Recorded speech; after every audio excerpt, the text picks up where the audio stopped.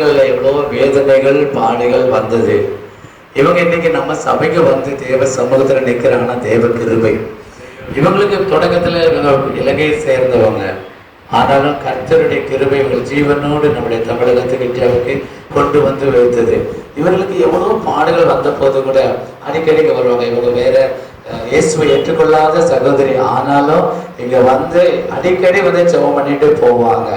ஆனா இந்த நேரத்துல அவருடைய நல்ல ஒரு கணவரோட நம்முடைய சபைக்கு எதிர்ப்புறத்துல ஒரு கடை வைத்திருந்தாங்க. என்னை கூப்பிட்டு ஐயா வந்து செபிங்க, எங்களுக்கு வியாபாரம் பெருகணும்னு சொன்னாங்க. வியாபாரம் பெருகிட்டு அப்ப கூட ஆண்டவர் என்ன செய்தார், அற்புதமாக அவர் விளையாடுறார். ஆனா அவருடைய கணவருக்கு ஒரு கெட்ட பழக்கிறது, அதிகமாக ட்ரிங்க்ஸ் சாப்பிடுவாரு, அவருடைய போதைப் பொருளுக்கு அடிமையானதுனால அவருடைய ஈரல் எல்லாம் பாதிக்கப்பட்டு கடந்த ஒரு நாட்கள் மேல இந்த குழந்தை வயிற்றில் இருக்கும் போதே அவங்க கணவர் இறந்துட்டாங்க. நான் என்னை கூப்பிட்டாங்க, நான் பக்கத்துல சரி சபையை முடிச்சுட்டு போகலாம், நல்லா தானே இருக்கிறாரு அப்படின்னு நினைச்சிட்டு நான் ஒரு 8 மணிக்கு நானும் அந்த சகோதரர் நின்றுட்டு இருக்கும். ஒரு பெரிய சத்தம் கேட்குது. என்னன்னா அவர் கணவர் அங்கேயே விழுந்து அப்பயே மறித்து போனார். நாங்கள் உடனே போய் அவங்க ஆட்டோவில் அனுப்பி வரும்போது அவங்க வேதனையான நேரங்கள், பிள்ளை வயிற்றுல இருக்குது, கடைசி நேரம் பாருங்க. ஆனாலும் கர்த்தர் கூட இருந்து வழி நடத்தினார். கண்ணை விட இழந்து போன நேரத்துல கூட கர்த்தர் கைவிடாதபடிக்கு அந்த பிள்ளைய நல்லபடியா பெற்றெடுக்க கர்த்தர் கிருபை அளித்தார். அது மாத்திரமல்ல, அவங்க தனிமையில இருக்கிறன்னு நினைச்சிட்டு இருக்கிறாங்க. அப்படி அது மாத்திரம் இல்ல, இந்த பிள்ளைக்கு சரியான மோஷன் போகல, யூரின் போகல.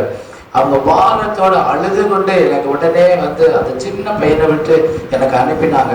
ஐயா எங்களுக்காக செபித்து கொள்ளுங்க. நம்ம சபையெல்லாம் ஜெபித்து உங்களுக்கு ஞாபகம் இருக்கும்.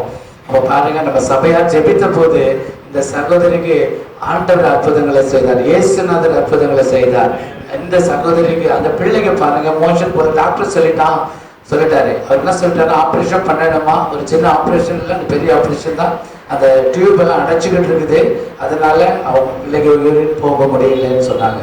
ஆனா நம்ம ஜெபிச்சோம். அது மாத்திரம் இல்ல, சபை முடிஞ்ச போது நாங்களும் போய் சந்தித்து அவங்க விசேஷமாக ஜெபம் செய்தோம். கர்த்தர் அற்புதங்களை செய்தார்.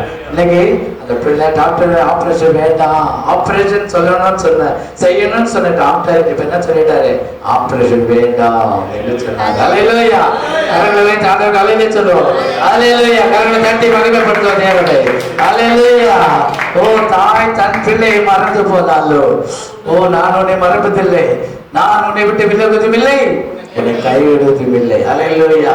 கரம் பிடித்திருக்க ஆண்டவர் அன்பு சகோதரி பாருங்க, இன்னைக்கு நம்ம தான் அவங்களுக்கு எல்லா தேவைகளையும் நம்ம அவங்களை சந்திக்கணும். அதனால தொடர்ந்து அவங்களுக்காகவும் அவங்க குடும்பத்துக்காகவும் ஒரு சின்ன ஜெபம் செய்வோம்.